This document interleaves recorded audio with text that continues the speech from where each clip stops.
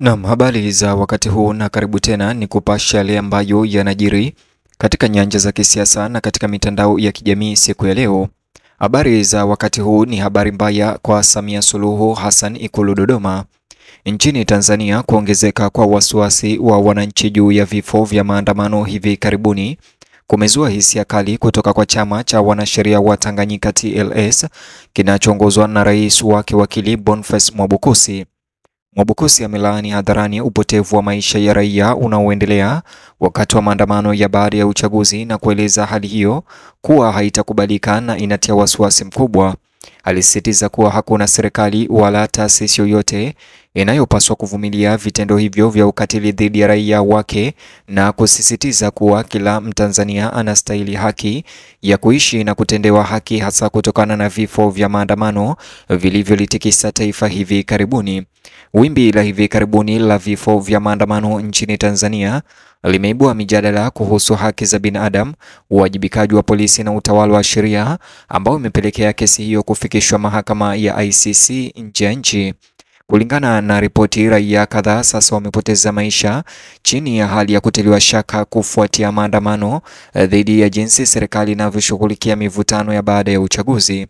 Mwabukusi alieleza kuwa vifo hivyo vya maandamano ni janga la kitaifa na doa katika taswira ya nchi, akitaka uchunguzi kamili na uwazi katika kila tukio na wote wale waliohusika, hata ikiwa ni maafisa wa polisi au serikali, iweze kuwajibishwa katika mahakama ya ICC. Alisema kuwa haki inayocheleweshwa au kunyimwa katika masuala kama hayo ya vifo inaondoa imani ya wananchi katika mifumo ya sheria na usalama wa nchi.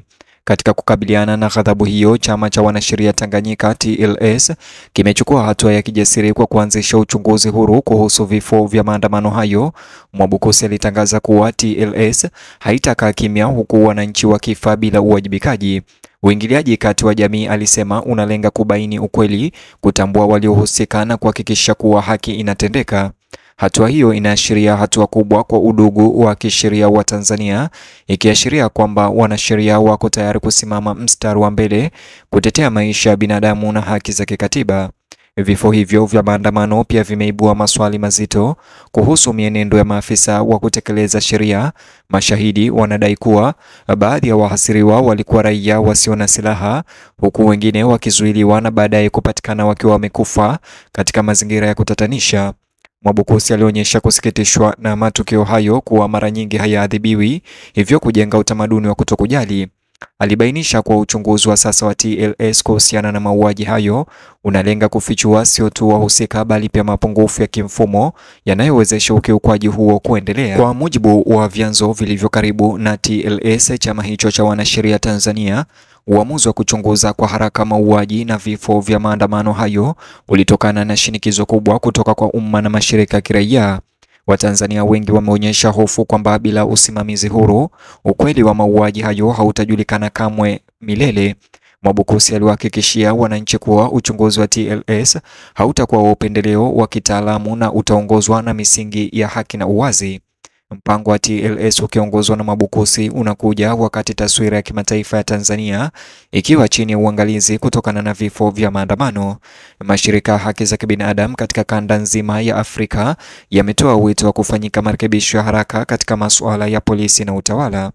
Mwabukusi alisema kuwa dunia inaangalia jinsi Tanzania inavyoshughulikia mgogoro huu na kuonya kuwa kuendelea kukaa kimya kutoka kwa mamlaka ya Samia Suluhu kunaweza kuleta athari za kidiplomasia. Aliwakumbusha viongozi kuwa kuzingatia sheria si jambo la hiari bali ni wajibu wa kikatiba, hasa pale wananchi wanapofariki au kuuawa wakati wakitekeleza haki yao ya kuandamana.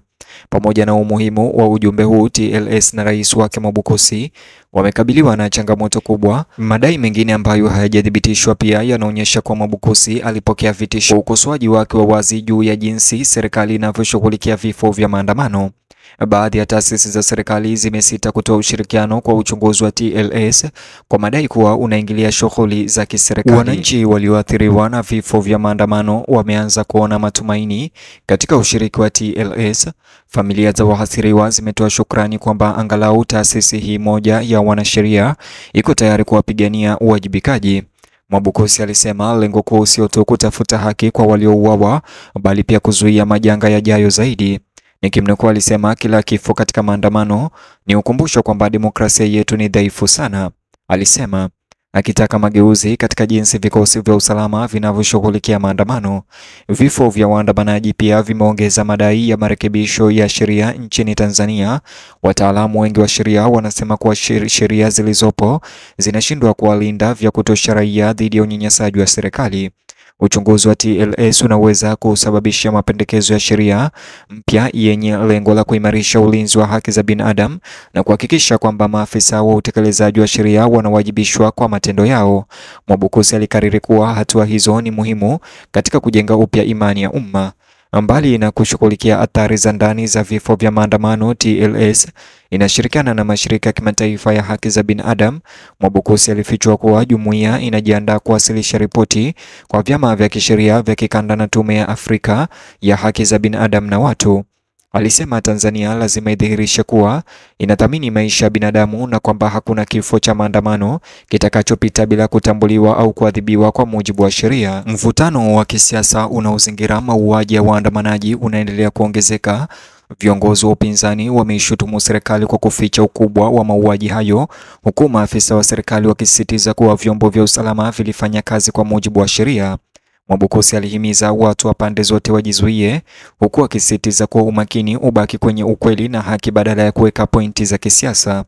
Maandamano ya hapo awali nchini Tanzania hivi majuzi, haswa kufuatia chaguzi zinazozozaniwa, mara nyingi yamemalizika kwa vurugu na mauaji kushuhudiwa.